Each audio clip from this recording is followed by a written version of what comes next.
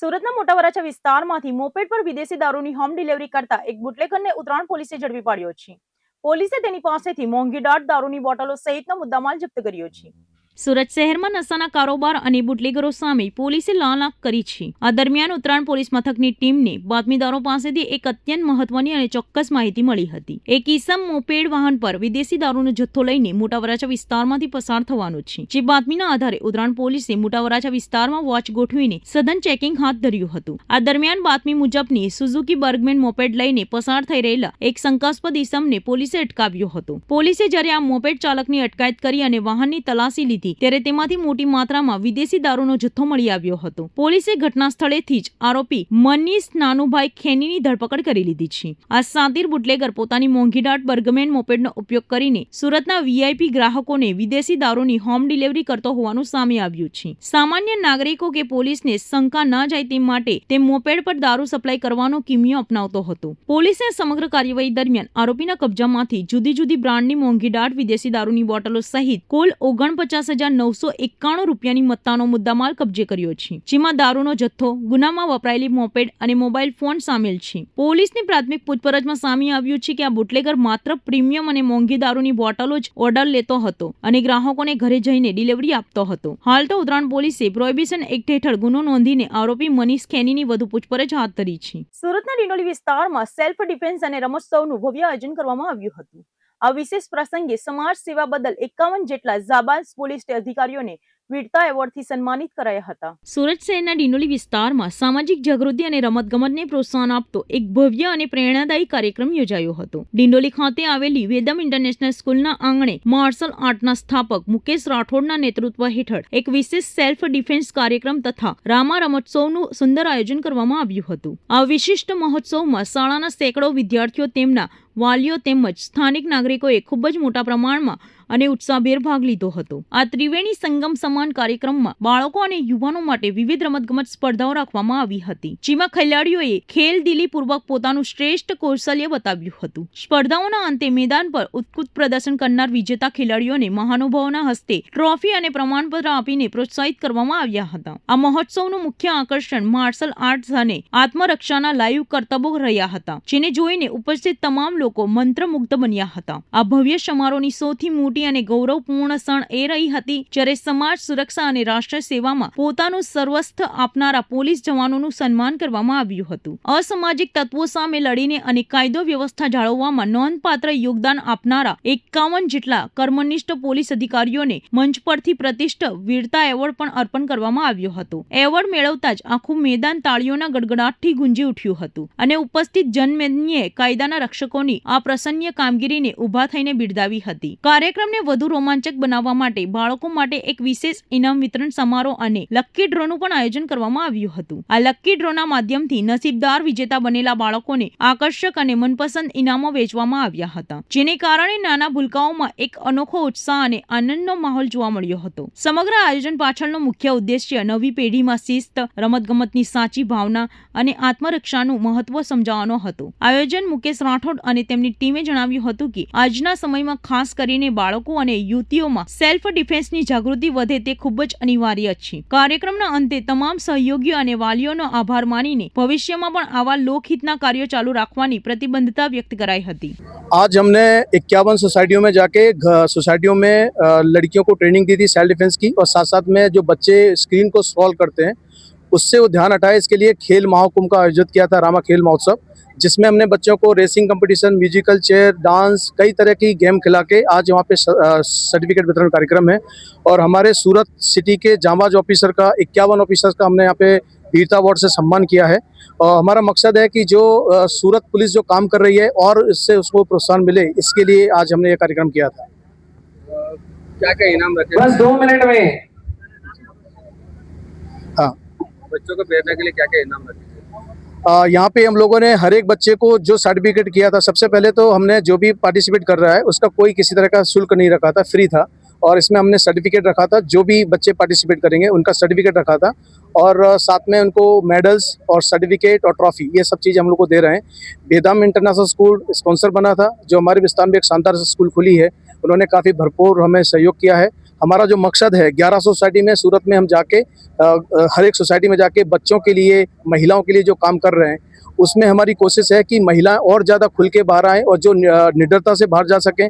आजकल हम देखते हैं कि जो लड़कियां हैं, जो महिला हैं, वो अकेले जाने में डरती हैं। तो हमारी कोशिश थी कि निर्भया सेना के द्वारा उनको निडर बनाया जा सके, साहसी बनाया जा सके। इसके लिए उनके पास पेन है, मोबाइल, दुपट्टा, हेयरपिन जैसी चीज़ों को वो हथियार कैसे बना सके, इसके लिए ऐसे आयोजन हम कर रहे हैं। चीफ गेस्ट में कौन है?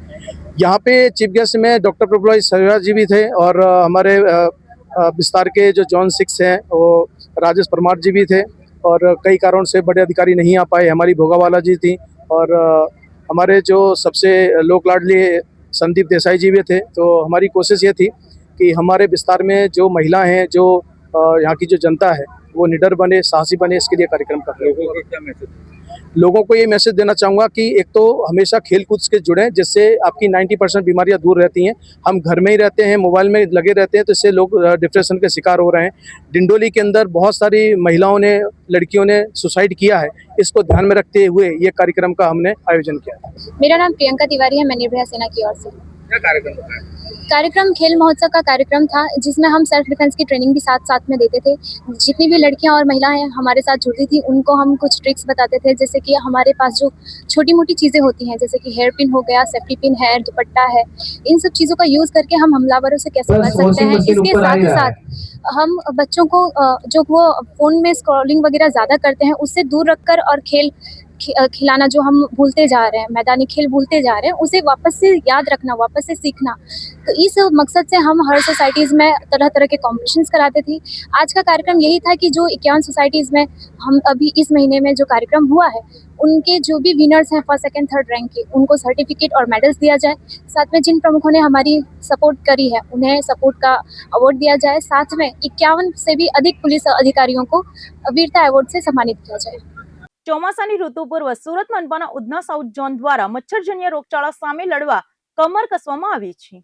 પાંડેસરા વિસ્તારમાં મેલેરિયા અને ડેન્ગ્યુના સામે જનજાગૃતિ ફેલાવતી એક વિશાળ રેલી યોજાઈ હતી। આગામી ચોમાસાની ઋતુને ધ્યાનમાં રાખીને સુરત મહાનગરપાલિકાના આરોગ્ય વિભાગ દ્વારા રોગચાળાને નિયંત્રણમાં રાખવા માટે અત્યારથી જ આગોતરા પગલાં શરૂ કરી દેવામાં આવ્યા છે। મનપાના ઉધના સાઉથ ઝોન દ્વારા મલેરિયા મુક્ત અભિયાન અંતર્ગત ચોમાસા દરમિયાન માથું ઉચકતી મચ્છરજન્ય બીમારીઓ સામે લોકોને જાગૃત કરવાના હેતુથી એક વિશેષ અને ભવ્ય જનજાગૃતિ રેલીનું આયોજન કરવામાં આવ્યું છે। આ રેલીમાં ઉધના ઝોનના ઉચ્ચ અધિકારીઓ, આરોગ્ય વિભાગના કર્મચારીઓ તેમજ વોર્ડ નંબર 23, 24, 28 અને 29ના સ્થાનિક કોર્પોરેટરો મોટી સંખ્યામાં ઉપસ્થિત રહ્યા હતા। આ વિશાળ જનજાગૃતિ રેલી પાંડેસરા વિસ્તારમાં આવેલા પિયુષ પોઈન્ટથી વિધિવત રીતે શરૂ થઈ હતી, જે મુખ્ય માર્ગો પર ફરીને દક્ષેશ્વર મહાદેવ મંદિર સુધી પહોંચી હતી। રેલી દરમિયાન આરોગ્ય કર્મચારીઓ અને કોર્પોરેટરોએ હાથમાં વિભિન્ન સૂત્રો અને માહિતીપ્રદ બેનરો રાખ્યા હતા। આ માધ્યમથી રસ્તા પરથી પસાર થતા નાગરિકો અને સ્થાનિક રહીશોએ મેલેરિયા, ડેન્ગ્યુ તેમજ ચિકનગુનિયા જેવી ઘાતક મચ્છરજન્ય બીમારીઓથી બચવા માટે કઈ કઈ સાવચેતીઓ રાખવી જોઈએ તે અંગેની જરૂરી અપીલ અને સમજણ આપવામાં આવી હતી। રેલી દરમિયાન આરોગ્ય વિભાગની ટીમો દ્વારા લોકોને ખાસ સમજાવવામાં આવ્યું હતું કે તેઓ પોતાના ઘર, આંગણા, ઢાબા, પાણીની ટાંકીઓ, કુલર અને ફૂલદાના જેવી સંભવિત સ્થળોએ લાંબો સમય સુધી પાણી ભરાઈ ન રહે તેવી ખાસ કાળજી રાખે। અધિકારીઓએ નાગરિકોને જાગૃત કરવા જણાવ્યું હતું કે ચોમાસા દરમિયાન જમા થતું સામાન્ય સ્વચ્છ પાણી પણ ડેન્ગ્યુ અને મેલેરિયા ફેલાવતા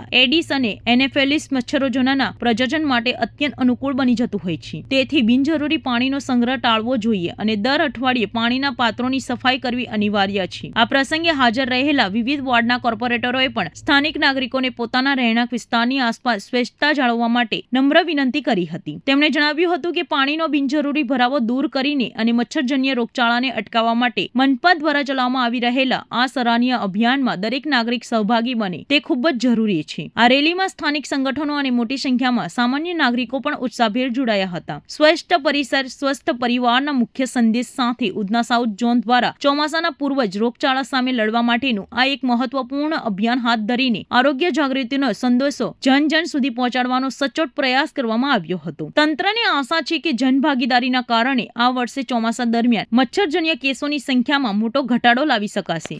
ડોક્ટર કિંજલ પટેલ, નાયબ આરોગ્ય અધિકારી ઉધના ઝોન। મેલેરિયા માસ જૂન માસને આપણે મેલેરિયા માસ તરીકે ઉજવવામાં આવે છે। જૂન માસમાં વરસાદની શરૂઆત થાય, વરસાદની શરૂઆત થયા પછી પાણીના ભરાવાના કિસ્સાઓમાં મચ્છરનું બ્રીડિંગ અને મચ્છરની ઉત્પત્તિઓ થઈ શકે છે। તો એ ના થાય તેના માટે તમામ મ્યુનિસિપલ સદસ્યોની આમંત્રણ આપી આપણે એક જનજાગૃતિ રેલીનું આયોજન કરવામાં આવેલું છે, જેના લીધે આ લોકો જાગૃત થાય અને આ ચોમાસામાં બને એટલા મેલેરિયાના કેસ ના આવે અને મેલેરિયા મુક્ત ના રહે તેવી અપીલ કરી છે. લોકોને કઈ રીતની સાવચેતી રાખવી જોઈએ? વરસાદ પડે તે પહેલા આપણે જે બી તમારા ઘર હોય, અગાસી હોય કે છાપરા હોય એની ઉપર જે બધા નકામા સામાન પડેલા હોય, જેમાં પાણીનો ભરાવો થઈ શકતો હોય, તે તમામ પાણીના જે ભરાવા થઈ શકે તેવા પાત્રોનો નિકાલ કરીએ. કન્ટેનરો જે એ લોકો યુઝ કરે છે તે લોકોને હવાચુસ્ત રાખીએ. એ લોકોની ટાંકી હોય તે ટાંકી હવાચુસ્ત બંધ રાખીએ. અને જે ઘરમાં ફ્રીજ હોય કે પાણીના કુંડા હોય કે બીજા જે ઝાડવા હોય જેમાં પાણીનો ભરાવો થઈ શકે એ ના થાય તેની તકેદારી રાખી અને દરરોજ એનો સફાઈ થાય એને નિકાલ કરાય. વડાપ્રધાન નરેન્દ્ર મોદીના આગામી સુરત પ્રવાસને લઈને વહીવટીતંત્ર દ્વારા તૈયારીઓનો ધમધમાટ શરૂ કરી દેવાયો છે. કાર્યક્રમના સુચારુ આયોજન માટે કલેક્ટર કચેરી ખાતે એક ઉચ્ચ સ્તરીય બેઠક યોજાઈ હતી. આગામી 5 જૂને દેશના વડાપ્રધાન નરેન્દ્ર મોદી સુરતની મુલાકાતે આવી રહ્યા છે. પીએમના આ મહત્વપૂર્ણ પ્રવાસને આખરી ઓપ આપવા અને કાયદો વ્યવસ્થા તેમજ પ્રોટોકોલની સમીક્ષા કરવા માટે સુરત જિલ્લા કલેક્ટર કચેરી ખાતે એક હાઈ લેવલ બેઠકનું આયોજન કરવામાં આવ્યું હતું. રાજ્યના ગૃહ રાજ્યમંત્રી હર્ષ સંઘવી અને કેન્દ્રીય મંત્રી CR પાટીલના અધ્યક્ષસ્થાને યોજાયેલી આ બેઠકમાં સમગ્ર વહીવટી તંત્ર અને શાસક પક્ષના હોદ્દેદારોએ સાથે મળીને મિનિટ ટુ મિનિટ કાર્યક્રમની રૂપરેખા તૈયાર કરી હતી. આ ઉચ્ચ સ્તરીય બેઠકમાં સુરત જિલ્લા કલેક્ટર, નાયબ કલેક્ટર, મામલતદાર સહિત joint police commissioner, traffic DCP અને એસીપી કક્ષાના ઉચ્ચ પોલીસ અધિકારીઓ હાજર રહ્યા હતા. આ ઉપરાંત સુરત મહાનગરપાલિકાના કમિશનર સહિતના ઉચ્ચ અધિકારીઓ, સુરતના મેયર, સ્થાનિક ધારાસભ્યો અને શહેર ભાજપના પ્રમુખ સહિતના હોદ્દેદારોએ ઉપસ્થિત રહીને સુરક્ષા વ્યવસ્થા, ટ્રાફિક વ્યવસ્થાપન અને જનમેદનીના આગમન મુદ્દે વિસ્તૃત ચર્ચા વિચારણા કરી હતી. વડાપ્રધાનના આગમનને લઈને હાલ સમગ્ર તંત્ર એડી ચોટીનું જોર લગાવી રહ્યું છે. સુરત જિલ્લા કલેક્ટર તેજસ પરમારે પીએમના પ્રવાસના સત્તાવાર શેડ્યુલ અંગે વિગતો આપતા જણાવ્યું હતું કે વડાપ્રધાન નરેન્દ્ર મોદી 5 જૂને બપોરે બરાબર 2 વાગે સુરત એરપોર્ટ ખાતે આવી પહોંચશે. એરપોર્ટ પર ઉતરાણ કર્યા બાદ તેઓ સીધા હજીરા ખાતે જવા રવાના થશે, જ્યાં તેઓ અત્યંત એક મહત્વપૂર્ણ પ્લાન્ટની આશરે 45 મિનિટ સુધી મુલાકાત લેશે અને ત્યાં ચાલી રહેલા પ્રકલ્પોનું નિરીક્ષણ કરશે. હજીરાની મુલાકાત પૂર્ણ કર્યા બાદ વડાપ્રધાન સાંજે 4:15 કલાકે સુરતના અઠવાલાઇન્સ વિસ્તારમાં આવેલા ઐતિહાસિક ઇન્ડોર સ્ટેડિયમ ખાતે આવી પહોંચશે. ઇન્ડોર સ્ટેડિયમ ખાતે આશરે 1 કલાક સુધી વડાપ્રધાનની એક વિશાળ જાહેર સભા અને મુખ્ય કાર્યક્રમ યોજાશે. આ મંચ પરથી પીએમ મોદી સુરત અને દક્ષિણ ગુજરાતને વિકાસની એક બહુ મોટી ભેટ આપવામાં આવશે, જેમાં અંદાજે 18,000 કરોડ રૂપિયાના અલગ અલગ વિકાસલક્ષી પ્રકલ્પોનું ખાતમુહૂર્ત અને લોકાર્પણ વડાપ્રધાનના હસ્તે સંપન્ન કરવામાં આવશે. કલેક્ટરે વધુમાં ઉમેર્યું હતું કે વડાપ્રધાનના આ સમગ્ર પ્રવાસ દરમિયાન સ્વચ્છતા અભિયાનને સર્વોચ્ચ પ્રાધાન્ય આપવામાં આવી રહ્યું છે. સામાજિક સંસ્થાઓ અને સરકારી તંત્ર સાથે મળીને શહેરમાં વ્યાપક સફાઈ ઝુંબેશ ચલાવશે. સૌથી વિશેષ વાત એ છે કે વડાપ્રધાનનો આ આખો કાર્યક્રમ સંપૂર્ણપણે ઇકો ફ્રેન્ડલી એટલે કે પર્યાવરણને અનુકૂળ રહે તે રીતે આયોજિત કરવામાં આવશે, જેમાં પ્લાસ્ટિક મુક્ત અને ગ્રીન પ્રોટોકોલનું પાલન કરવા પર વિશેષ ભાર મુકાશે. હાલ ઇન્ડોર સ્ટેડિયમ ખાતે આ ભવ્ય કાર્યક્રમની સ્ટેજ અને સિટિંગ એરેન્જમેન્ટની કામગીરી યુદ્ધના ધોરણે શરૂ કરી દેવામાં આવી છે. માનનીય પ્રધાનમંત્રી શ્રીનું સુરતની ધરતી પર ફરી એક વખત આગમન થઈ રહ્યું છે અને તેમના આગમનને લઈને ખૂબ જ ઉત્સાહ જોવા મળી રહ્યો છે. સૌપ્રથમ તો માનનીય પ્રધાનમંત્રીશ્રીની જે મુલાકાત છે તેનું એક ખાલી નાનું વિવરણ આપીશ.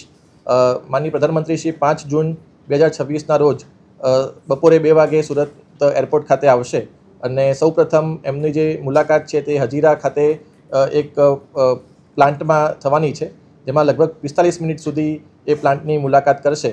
એ મુલાકાત બાદ માનનીય પ્રધાનમંત્રીશ્રી એક જાહેર સભાને સંબોધન કરવા માટે ઇન્ડોર સ્ટેડિયમ ખાતે વધારવાના છે અને તે 4:15 થી 5:15 સુધી એટલે કે 1 કલાકનો એ કાર્યક્રમ યોજાશે. આ કાર્યક્રમમાં 18,000 કરોડથી વધુના સરકારના વિવિધ વિભાગોના મહત્ત્વના પ્રોજેક્ટના ખાતમુહૂર્ત અને લોકાર્પણનું ત્યાં થવાનું છે અને ત્યારબાદ માનનીય પ્રધાનમંત્રી શ્રી અત્રેથી સુરત ખાતેથી આગળ પ્રસ્થાન કરશે. આ જે સમગ્ર કાર્યક્રમ છે તેની તૈયારીના ભાગરૂપે આજે એક મિટિંગ યોજવામાં આવી હતી, જેમાં માનનીય નાયબ મુખ્યમંત્રી શ્રી, માનનીય યુનિયન મિનિસ્ટર શ્રી તેમજ MP, MLA, મેયર શ્રી તમામ હાજર રહ્યા હતા. માનનીય પોલીસ કમિશનર શ્રી અને મ્યુનિસિપલ કમિશનર શ્રીએ પણ આમાં અમને માર્ગદર્શન આપ્યું હતું. તો જે તૈયારી અમે માનનીય પ્રધાનમંત્રી શ્રી જે આગમન થઈ રહ્યું છે તેમાં જે તૈયારીઓ છે તેના ભાગરૂપે આજે અલગ અલગ અમને સજેશન્સ મળ્યા હતા. એમાં મુખ્ય 2 વસ્તુ ઉપર અમારો ફોકસ રહેવાનું છે. તેમાં એક સ્વચ્છતા અભિયાન, અત્યારે આમ આપણે જાણીએ છીએ કે સ્વચ્છ ભારત અભિયાન સમગ્ર દેશમાં ચાલી જ રહ્યું છે અને સુરત મહાનગરપાલિકામાં પણ આ કામગીરી ખૂબ જ સારી રીતે થઈ રહી છે અને જાણીએ છીએ કે સુરત આમાં નંબર 1 પણ દેશમાં છે. પણ આ કામગીરીને વધુ સારો વેગ મળે અને તેમાં વધારેમાં વધારે લોકો જોડાય, સામાજિક સંસ્થાઓ જોડાય, આપણા તમામ પ્રકારના અધિકારીઓ કર્મચારીઓ જોડાય, તે પ્રમાણેના આપણા કાર્યક્રમો આગામી દિવસોમાં કરવા જઈ રહ્યા છીએ. એટલે એના માટે અમને માર્ગદર્શન મળ્યું અને એનું આપણે આખું આયોજન કેવી રીતે કરવું એનું અમને માર્ગદર્શન આજે મળ્યું હતું. બીજું જે છે કે આ સમગ્ર કાર્યક્રમ જે છે એ ઇકો ફ્રેન્ડલી દ્રષ્ટિએ મતલબ આખો થાય તેના માટે પણ અલગ અલગ પ્રકારના વિષયની એમાં ચર્ચા થઈ અને કઈ રીતે આપણે ઇકો ફ્રેન્ડલી રીતે આખો આ કાર્યક્રમ કરી શકીએ અને તેમાં કઈ રીતે આપણે સાહેબનું સ્વાગત છે, લોકો પોતાની ભાવના જે માનનીય પ્રધાનમંત્રીશ્રીના આગમનને લઈને જે વ્યક્ત કરવા માગી રહ્યા છે તેને આપણે કઈ રીતે વધારેમાં વધારે સારી રીતે કરી શકીએ તે બાબતનું પણ આજે આમાં ચર્ચા થઈ અને એનું જે હવે ડિટેલિંગ્સ છે અમે આજે કરવામાં આવશે. હજુ એની કોઈ માહિતી મળી નથી પણ જે સમગ્ર કાર્યક્રમ છે એ ઇકો ફ્રેન્ડલી દ્રષ્ટિએ થાય તે પ્રમાણે આયોજન કરવાનું અત્યારે અમારું આયોજન છે. પહેલો કાર્યક્રમ અને બીજો કાર્યક્રમનો સમય શું છે? પ્રોગ્રામ છે, સમય રહેવા દેજો. હા, પ્રોગ્રામ જે છે એ મેં કીધું એમ 45 મિનિટનું ત્યાં એલેન્ટ હઝીરામાં છે અને બાકી 1 કલાકનો કાર્યક્રમ છે પબ્લિક ફંક્શન અહીંયા ઇન્ડોર સ્ટેડિયમ ખાતે છે. બહુ ઓછો સમય છે તો કઈ પ્રકારની કામગીરી હવે કરવામાં આવશે? નહીં, તૈયારી આમાં ઓલરેડી ચાલુ થઈ ગઈ છે એટલે આમાં તમામ પ્રકારની તૈયારીઓ શરૂ થઈ ચૂકી છે. ઇન્ડોર સ્ટેડિયમમાં પણ અમારી જે તૈયારીઓ છે તૈયાર થઈ ચૂકી છે અને લોકો જે પ્રમાણે એમાં ભાગ લેવાના છે તેની પણ અમારી તૈયારીઓમાં શરૂ થઈ ચૂકી છે. સુરત સિવિલ હોસ્પિટલ ખાતે 3.5 કરોડથી વધુના ખર્ચે એક નવું અદ્યતન પોસ્ટમોર્ટમ બિલ્ડિંગ બનવા જઈ રહ્યું છે.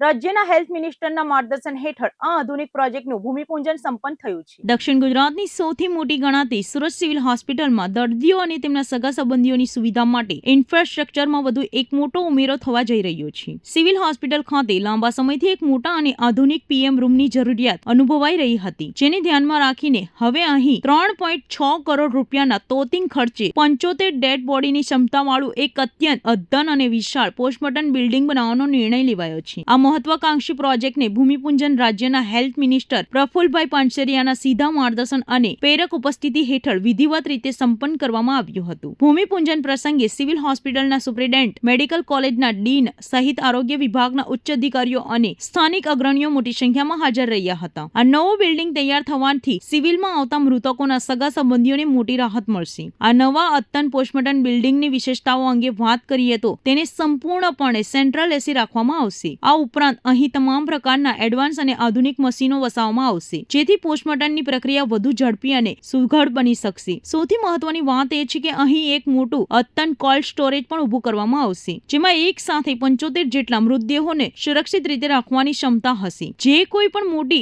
આપત્તિના સમયે ખૂબ જ આશીર્વાદરૂપ સાબિત થશે. તંત્ર દ્વારા આ પ્રોજેક્ટની સમયમર્યાદા પણ નક્કી કરી દેવામાં આવી છે. આગામી 6 થી 8 મહિનાના ટૂંકા ગાળામાં જ તમામ બિલ્ડિંગ સુવિધાઓથી સજ્જ આ નવો બિલ્ડિંગ તૈયાર કરી દેવાનો લક્ષ્યાંક રાખવામાં આવ્યો છે. ચોમાસાની ઋતુ શરૂ થાય તે પહેલા જ આ બિલ્ડિંગનું પાયાનું બાંધકામ શરૂ કરી દેવામાં આવશે, જેથી વરસાદના કારણે કામકાજમાં કોઈ મોટો વિલંબ ન થાય. સુરત અને આસપાસના ગ્રામ્ય વિસ્તારોની વધતી જતી વસ્તીને જોતા સિવિલ હોસ્પિટલ પર સતત ભારણ રહેતું હોય છે. જૂનું પીએમ રૂમ માળખું નાનું હોવાને કારણે ઘણી વખત મૃતકોના પરિવારજનોને હાલાકી ભોગવવી પડતી હોય છે. આ નવું માળખું ઝડપથી ઊભું થવાથી સુરતીવાસીઓને પીએમ રૂમ સંબંધિત સેવાઓમાં મોટી સગવડ અને સરળતા રહેશે. નમસ્કાર. આજે સુરત સિવિલ ખાતે આપણા માનનીય હેલ્થ મિનિસ્ટર શ્રી પ્રફુલભાઈ પાનસેરિયા સાહેબજીએ જે 21 દિવસ પહેલાં સુરત સિવિલની મુલાકાત કરી હતી, એના માર્ગદર્શનના ભાગરૂપે એવું નક્કી થયું હતું કે એક પોસ્ટમોર્ટમ રૂમ બહુ જ સારી વ્યવસ્થા સાથેનો, જેમાં વધારે બોડી આવી શકે એવો એક પોસ્ટમોર્ટમ રૂમ જોઈએ. તો છેલ્લા 15 દિવસની અંદર જ 3.6 કરોડના ખર્ચે સુરત સિવિલને આટલી મોટી જગ્યામાં પોસ્ટમોર્ટમ રૂમ બનાવવાની પરમિશન અપાઈ છે અને એમાં 75 જેટલી ડેડ બોડી અંદર સ્ટોકમાં રહી શકશે અને એની સાથે સાથે એડવાન્સ પીએમ રૂમ, વ્યવસ્થિત બેસવાની વ્યવસ્થા, અંદર સ્ટોરેજ, અંદર ઘણા બધા અદ્યતન મશીન અપાશે. અને અમારી સાથે અત્યારે ડીન ડૉક્ટર જયેશ બ્રહ્મભટ્ટ સાહેબ, અમારા આરએમઓ ડૉક્ટર કેતન નાયક, નર્સિંગ એસોસિએશનના વાઇસ પ્રેસિડેન્ટ ઇકબાલ કડીવાલા તથા હેડ ઓફ ડિપાર્ટમેન્ટ ફોરેન્સિક વિભાગના ડૉક્ટર ચંદ્રેશ ટેલર બી જોડાયા હતા અને સમગ્ર સ્ટાફ સાથે અમે આ પૂજા કરી હતી. આજે ભૂમિપૂજન કરવાની સૂચના સરકાર દ્વારા જ હતી કે જલ્દીથી જલ્દી જેટલું કામ ચાલુ થઈ જાય તો વરસાદ પહેલાં જેટલું કામ જલ્દી ચાલુ થઈ જાય એટલું જલ્દી આ બિલ્ડિંગ બની જશે.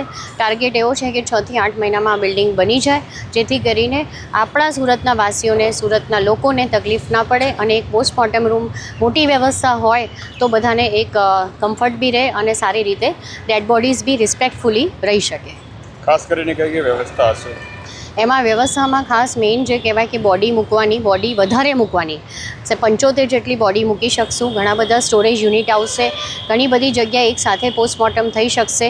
પ્લસ અંદર સ્ટોરેજ રૂમ અને એ બીજી બધી કોલ્ડ સ્ટોરેજ ને પ્રોપર એસી સાથેનું હશે, મોકળું હશે, વ્યવસ્થિત બધાને સ્પેસ મળશે. તો આ રીતની એક વિશાળ રીતે પોસ્ટમોર્ટમ રૂમ બનાવવાનું છે અને ખાસી મોટી જગ્યામાં છે, એટલે તમે જોઈ શકો છો. સુરત ગ્રામ્ય એસઓજી પોલીસને નશાના કારોબાર સામે મોટી સફળતા મળી છે.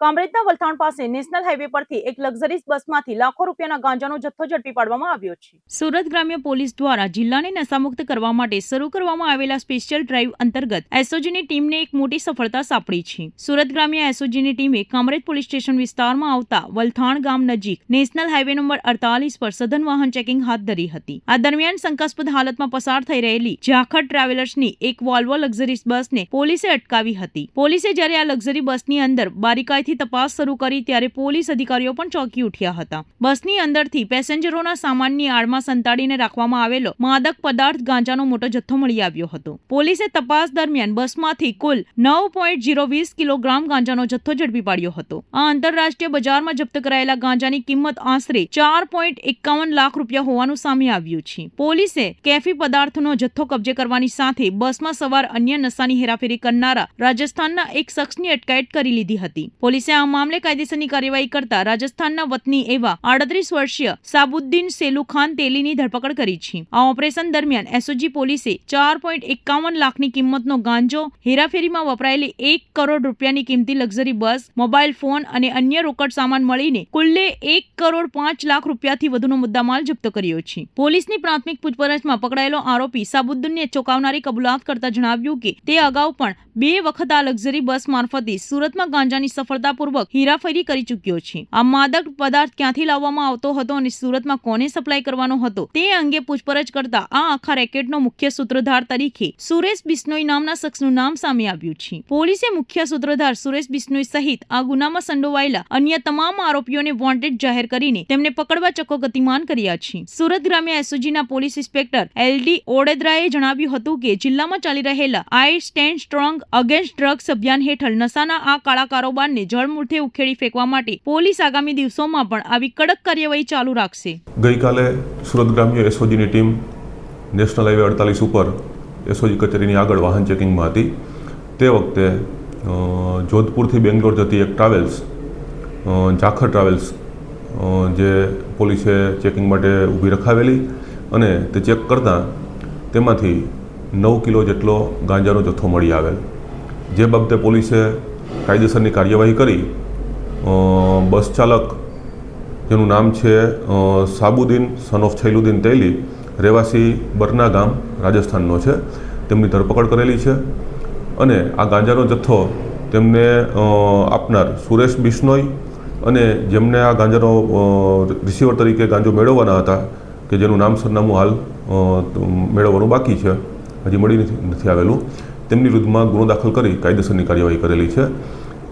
આ કામે પોલીસે હાલ તો બસના ડ્રાઈવર શાહબુદ્દીનની ધરપકડ કરેલી છે અને બાકીના ઈસમને નાસ્તો ફરતો વોન્ટેડ જાહેર કરેલો છે. મુદ્દામાલ તરીકે બસ પણ કબજે કરવામાં આવેલી છે. આ જથ્થો તે લોકો જામનગરથી, જોધપુરથી લઈ અને આગળ આપનાર હતા, કે જે બેંગ્લોર ખાતે આપવાનો હતો. સર, આ બસની કિંમત કેટલી છે અને બસ કઈ રીતની બસ હતી અને આ જે આરોપી ડ્રાઈવર છે એ ડ્રાઈવર જાતે જ આ વેપારમાં સંડોવાયેલો હતો? હાલ પૂરતું જણાઈ આવેલું છે કે આ બસ છે એ વોલ્વો કંપનીની ઝાખર ટ્રાવેલ્સની બસ છે, કે જેમાં આ ડ્રાઈવર પગારદાર તરીકે નોકરી કરે છે, કે જે પોતે અને તેમની સાથે આ સુરેશ જે છે તે ક્લીનર તરીકેનું કામ કરે છે અને ડ્રાઇવિંગનું પણ કરે છે, તે બંને મળી અને આ એક પ્રકારની ગેરકાયદેસર પ્રવૃત્તિ ચલાવતા હતા. આ બાબતે હાલ ટ્રાવેલ્સ માલિક કંપનીની કોઈપણ પ્રકારની એમાં સંડોવણી જણાઈ આવેલી નથી અને બોલ્વો કંપનીની બસ છે એટલે ખૂબ જ કિંમતી અને પોલીસે 1 કરોડની વેલ્યુ ગણી કબજે લીધેલી છે. સુરત શહેર સાયબર ક્રાઇમ સેલની ટીમે આંતરરાષ્ટ્રીય કક્ષાએ ઓપરેટ થતા એક મોટા સાયબર ફ્રોડનો પર્દાફાશ કરવામાં સફળતા મેળવી છે. પાકિસ્તાનથી ઓપરેટ થતા અને કોન બનેગા કરોડપતિ એટલે કે કેબીસીના નામે લોટરીની લાલચ આપીને છેતરપિંડી આચરતી ગેંગના 2 સાતીર આરોપીઓને પોલીસે છેક આસામથી ઝડપી પાડ્યા છે. આજના ડિજિટલ યુગમાં સાયબર ગુનેગારો લોકોને છેતરવા માટે અવનવા કિમિયા અપનાવતા હોય છે, પરંતુ સુરત સાયબર ક્રાઇમ સેલે ટેકનોલોજીના સહારે સરહદ પારથી ચાલતા એક મોટા કૌભાંડનો પર્દાફાશ કર્યો છે. સુરતના એક જાગૃત નાગરિક સાથે કેબીસી એટલે કોણ બનેગા કરોડપતિના નામે લાખો રૂપિયાની ઓનલાઈન છેતરપિંડી થઈ હોવાની ફરિયાદ સાયબર હેલ્પલાઇન પર મળી હતી. આ ગુનાની ગંભીરતાને જોઈને સુરત પોલીસ કમિશનર, અધિક પોલીસ કમિશનર ક્રાઇમ અને નાયબ પોલીસ કમિશનર સાયબર સેલના સીધા માર્ગદર્શન હેઠળ એક ખાસ ટીમનું ગઠન કરવામાં આવ્યું હતું. પાકિસ્તાનથી ચાલતી કેબીસી લોટરી ફ્રોડના ગુનામાં 2 આરોપીઓને સુરત શહેર સાયબર સેલની ટીમ દ્વારા આસામમાં નાગાંવ ખાતેથી ઝડપી પાડવામાં આવ્યું છે. આ કેસમાં જે ફરિયાદી છે એમને 2 કોલ આવ્યું હતું અને એમ જણાવવામાં આવ્યું કે તમને કેબીસીમાં 25 લાખ અને 8.5 લાખ રૂપિયાની લોટરી લાગેલી છે અને આ રકમ લેવા માટે તમને ચાર્જ પેટે કુલ 13.5 લાખ રૂપિયા આપવું પડશે અલગ અલગ બેંક ખાતાઓમાં, અને એમ કહીને પછી એમની પાસેથી આટલા પૈસા લઈને છેતરપિંડી કરવામાં આવ્યું હતું. આ કેસની ટેકનિકલ વર્કઆઉટ કરતાં ખબર પડી કે જે ખરેખર બંને કોલ હતો તો એ વોટ્સએપ કોલ જે ફરિયાદી છે એમને પાકિસ્તાનથી આવેલું હતું અને પાકિસ્તાનથી અબ્દુલ્લા નામના વ્યક્તિએ કોલ કર્યું હતું. પછી જે તમામ ખાતાઓ છે જેમાં ટ્રાન્સફર કરાવવામાં આવ્યું હતું પૈસા, તો એ તમામ ખાતાઓ આસામના હતા. પછી આપણી ટીમ ત્યાં ગઈ અને જે અકાઉન્ટ હોલ્ડર છે નાગાંવમાં એઝાઝુલ હક, તો એમની ધરપકડ કરીને એમની જ્યારે પૂછપરછ કરવામાં આવી તો ત્યારે ખબર પડી કે મુઝફ્ફર અલી નામનો બીજો આરોપી છે જેમને આ ભાઈએ પોતાનું અકાઉન્ટ આપ્યું હતું અને પૈસા વિડ્રો કરીને પણ આ ભાઈને આપ્યું હતું. પછી મુઝફ્ફર અલીને શોધવાનો પ્રયત્ન કરવામાં આવ્યું, ટેકનિકલ વર્કઆઉટ અને લોકલ પોલીસની મદદથી હ્યુમન ઇન્ટ પણ ગેધર કરીને ત્યાં લગભગ 7-8 દિવસ સુધીની આ ઓપરેશન ચાલી, જેમાં પછી મુઝફ્ફર અલીની ધરપકડ કરીને એમના ફોન જોવામાં આવ્યું તો ખબર પડી કે ખરેખર એમનું સીધું કોન્ટેક્ટ અબ્દુલ્લા સાથે હતું. એકચ્યુઅલી છે એમનું કોન્ટેક્ટ અબ્દુલ્લા સાથે જે પાકિસ્તાનનું રહેનાર છે, અને જે પૈસા છે એ પણ એ લોકો વિડ્રો કરીને કેશ ડિપોઝિટ મશીન મારફતે અબ્દુલ્લા જે એકાઉન્ટ આપતો હતો એમાં એ લોકો મોકલતા હતા. આ કેસની વિગત એવી છે કે સાતીર ઠગોએ ફરિયાદીને ફોન કરીને જણાવ્યું હતું કે તેમને કેબીસીમાં 25 લાખ અને 8.50 લાખ રૂપિયાની મોટી લોટરી લાગી છે. ત્યારબાદ આ લોટરીના પૈસા મેળવવા માટે processing fee, registration fee, GST, RBI clearance charge અને ઇન્સ્યોરન્સ ચાર્જ જેવા અલગ અલગ બહાના હેઠળ ફરિયાદી પાસેથી જુદા જુદા બેંક ખાતાઓમાં કુલ 13,51,450 રૂપિયા ટ્રાન્સફર કરાવી લીધા હતા. ફરિયાદીને વિશ્વાસ બેસે તે માટે ઠગોએ રિઝર્વ બેંક ઓફ ઇન્ડિયાના લોગોવાળા નકલી letter pad, state bank of ઇન્ડિયાના નામના બનાવટી ચેક અને મિનિસ્ટ્રી ઓફ પાવરના લોગોવાળા 100 રૂપિયાના સ્ટેમ્પ પેપર પણ તૈયાર કરેલા કોટલેખનવાળા દસ્તાવેજો મોકલી આપીને છેતરપિંડી આચરી હતી. ફરિયાદીએ સાયબર ક્રાઇમ હેલ્પલાઇન નંબર 1930 પર સંપર્ક કર્યા બાદ સુરત સાયબર ક્રાઇમ સ્ટેશનના ભારતીય ન્યાય સંહિતા અને IT એક્ટની વિવિધ કલમો હેઠળ ગુનો દાખલ કરવામાં આવ્યો હતો. સાયબર સેલના પોલીસ ઇન્સ્પેક્ટર અને PSIની ટીમે જ્યારે આ ગુનામાં ટેકનોલોજીની મદદથી તપાસ શરૂ કરી ત્યારે ચોંકાવનારી વિગતો સામે આવી હતી. ફરિયાદી પર જે મોબાઈલ નંબરો પરથી ફોન અને મેસેજ આવતા હતા તે વોટ્સએપના IP એડ્રેસ પાકિસ્તાનના હોવાનું ટ્રેસ થયું હતું, જ્યારે છેતરપિંડીના પૈસા જે બેંક ખાતામાં ટ્રાન્સફર થયા હતા તે એકાઉન્ટ આસામનું હોવાનું ખુલ્યું હતું. બેંક ખાતાની કડી મળતા સુરત સાયબર ક્રાઇમની ટીમ તાત્કાલિક આસામ રવાના થઈ હતી. પોલીસે આસામના નાંગાવ જિલ્લાના રૂપાઈ પોલીસ સ્ટેશન વિસ્તાર હેઠળ આવતા કોચગાંવ ખાતે દરોડા પાડીને 2 આરોપીઓની અટકાયત કરી હતી. પકડાયેલા આરોપીઓમાં 24 વર્ષીય ઇઝાઝુલ હક અને 27 વર્ષીય મુઝફ્ફર અલીનો સમાવેશ થાય છે. આ આરોપીઓની પૂછપરછમાં સામે આવ્યું છે કે મુખ્ય આરોપી ઇઝાઝુલ હકે પોતાના નામનું સ્ટેટ બેંક ઓફ ઇન્ડિયાનું ખાતું ખોલાવીને 1% કમિશનથી મુઝફ્ફર અલીને આપ્યું હતું. મુઝફ્ફરે આ ખાતું આગળ 2% કમિશન પર અન્ય મુખ્ય નાસ્તા ફરતા આરોપીઓને આપ્યું હતું. આ ખાતામાં જે પણ ફ્રોડના પૈસા આવતા હતા તે આ બંને આરોપીઓ ATM અને ચેક દ્વારા ઉપાડીને મુખ્ય સૂત્રધારો સુધી પહોંચાડતા હતા. પોલીસે જ્યારે આ ગેંગના બેંક ખાતાની વિગતો national cyber crime reporting portal એટલે કે NCCRP પર ચેક કરી ત્યારે સામે આવ્યું કે આ ખાતા વિરુદ્ધ પોરબંદરના કુતિયાણા પોલીસ સ્ટેશન અને ઝારખંડના રાંચી ખાતે પણ ફરિયાદો નોંધાયેલી છે. આ ગેંગ દ્વારા અત્યાર સુધીમાં અંદાજે 28,64,472 રૂપિયાનો લોટરી ફ્રોડ આચરવામાં આવ્યો હોવાની હકીકત સામે આવી છે. હાલ સુરત પોલીસે બંને આરોપીઓની ધરપકડ કરી આ આંતરરાષ્ટ્રીય સાયબર રેકેટના મુખ્ય સૂત્રધારો સુધી પહોંચવા માટે તપાસના ચક્રો ગતિમાન કર્યા છે. સાયબર પોલીસે જનતાને અપીલ કરી છે કે સોશિયલ મીડિયા પર મળતી કેબીસી લોટરી જેવી લોભામણી જાહેરાતોથી છેતરાવું નહીં અને કોઈ પણ ફ્રોડના કિસ્સામાં તુરંત જ 1930 નંબર પર સંપર્ક કરવો. સુરત એસીબીની ટીમે લાંચિયા બાબુઓ સામે લાલ આંખ કરીને એક મોટી અને સફળ ટ્રેપ ગોઠવી છે. સુરત જિલ્લા પંચાયત કચેરીની ખેતીવાડી શાખામાં ફરજ બજાવતા એક મહિલા સિનિયર એકાઉન્ટ ક્લાર્ક અને તેમના 19 વર્ષના પુત્રને એસીબીની ટીમે જાહેર રોડ પર ₹30,000ની લાંચ લેતા રંગે હાથે ઝડપી પાડ્યા છે.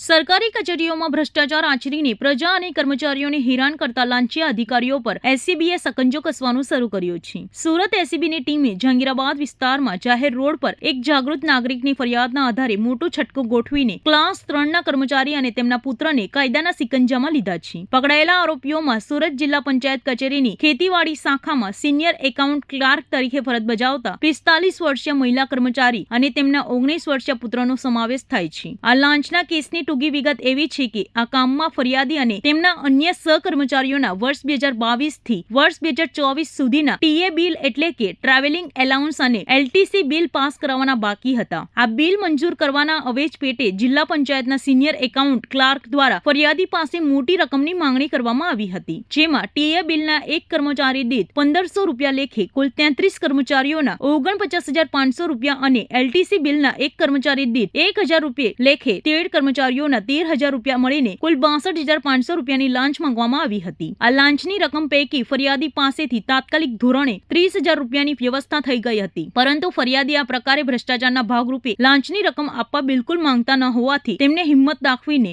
લાંચ રૂશ્વત વિરોધી બ્યુરો એટલે કે એલસીબીનો સંપર્ક સાધ્યો હતો અને કાયદેસરની ફરિયાદ નોંધાવી હતી. આ જાગૃત નાગરિકની ફરિયાદના આધારે એલસીબીની ટીમે તપાસ પાસાઓને તપાસીને લાંચના છટકાનું એક સુવ્યવસ્થિત આયોજન કર્યું હતું. આયોજન બંધ મુજબ સુરતના જહાંગીરાબાદ ઉગત ભેસાણ રોડ પર આવેલા ઓમકાર હાઇટ્સ નજીક જાહેર રોડ પર લાંચ આપવાનું નક્કી થયું હતું. એલસીબીના છટકા દરમિયાન મહિલા આરોપીએ ફરિયાદી સાથે હેતુલક્ષી વાતચીત કરી હતી અને ત્યારબાદ લાંચની રકમ સ્વીકારવા માટે પોતાના જ 19 વર્ષના પુત્રને આગળ કર્યો હતો. પુત્રએ જેવી ફરિયાદી પાસેથી લાંચની રકમ ₹30,000 સ્વીકારી કે તરત જ આજુબાજુનો અવાજ ગોઠવાયેલી એસીબીની ટીમે ત્રાટકીને બંનેને રંગે હાથે દબોચી લીધા હતા. લાંચની રકમ પૂરેપૂરી રિકવર કરી લીધી હતી. આ સફળ ટ્રેપની કામગીરી સુરત શહેર એસીબી પોલીસ સ્ટેશનના પોલીસ ઇન્સ્પેક્ટર અને તેમની ટીમ દ્વારા કરવામાં આવી હતી. જ્યારે આ સમગ્ર ઓપરેશનનું સુપરવિઝન એસીબી સુરત એકમના મદનીશ નિયામક અને વડોદરા લાંચ રૂશ્વત વિરોધી બ્યુરોની ટીમની દેખરેખ હેઠળ સફળતાપૂર્વક પાર પાડવામાં આવ્યું હતું. હાલ એસીબીએ માતા અને પુત્ર બંને વિરુદ્ધ ભ્રષ્ટાચાર નિવારણ અધિનિયમ હેઠળ ગુનો નોંધીને આગળની કાયદેસરની કાર્યવાહી તેજ કરી છે. એસીબીની એક જાગૃત નાગરિકથી ફરિયાદ મળેલી.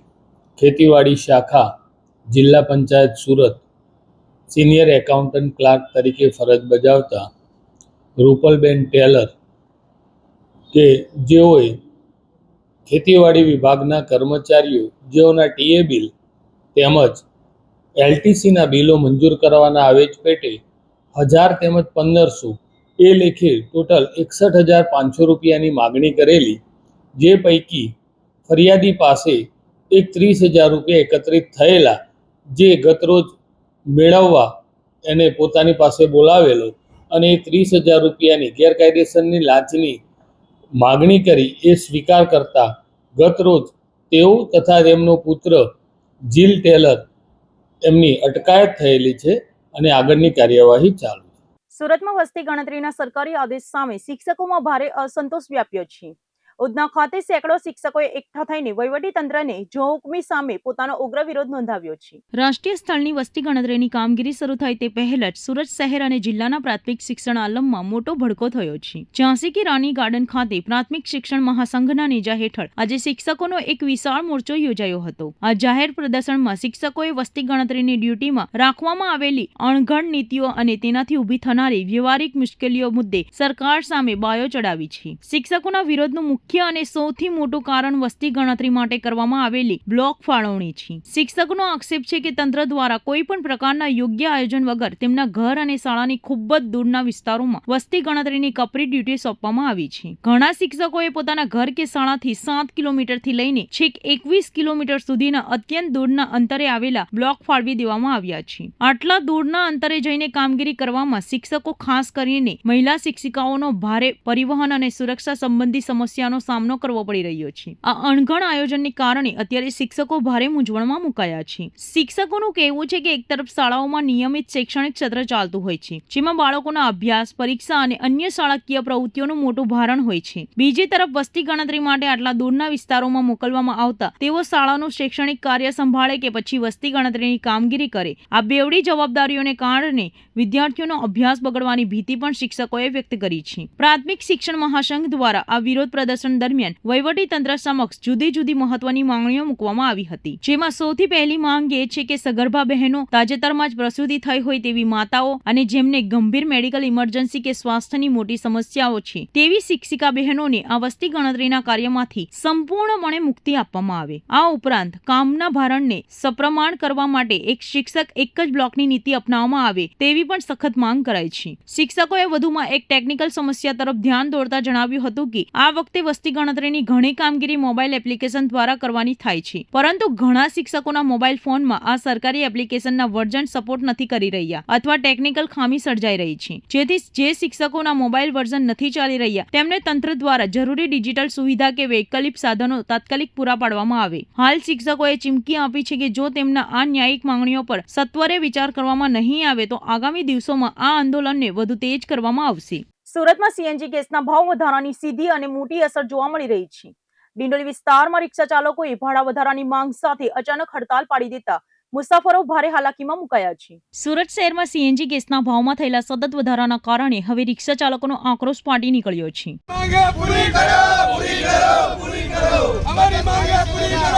સુરતના ડિંડોલી વિસ્તારમાં આજે વહેલી સવારથી જ સ્થાનિક રિક્ષા ચાલકોએ સ્વયંભૂ રીતે હડતાલનું શસ્ત્ર ઉગામ્યું છે. સીએનજીના કમરતોડ ભાવ વધારા સામે विरोध नोंधावा માટે रिक्शा चालकों પોતાના વાહનોના પૈડા થંભાવી દીધા છે. हम हड़ताल पे इसलिए उतरे क्योंकि गैस का भाव बढ़ा दिया गया है, इसीलिए हम भी अपना किराया बढ़ाना चाहते हैं.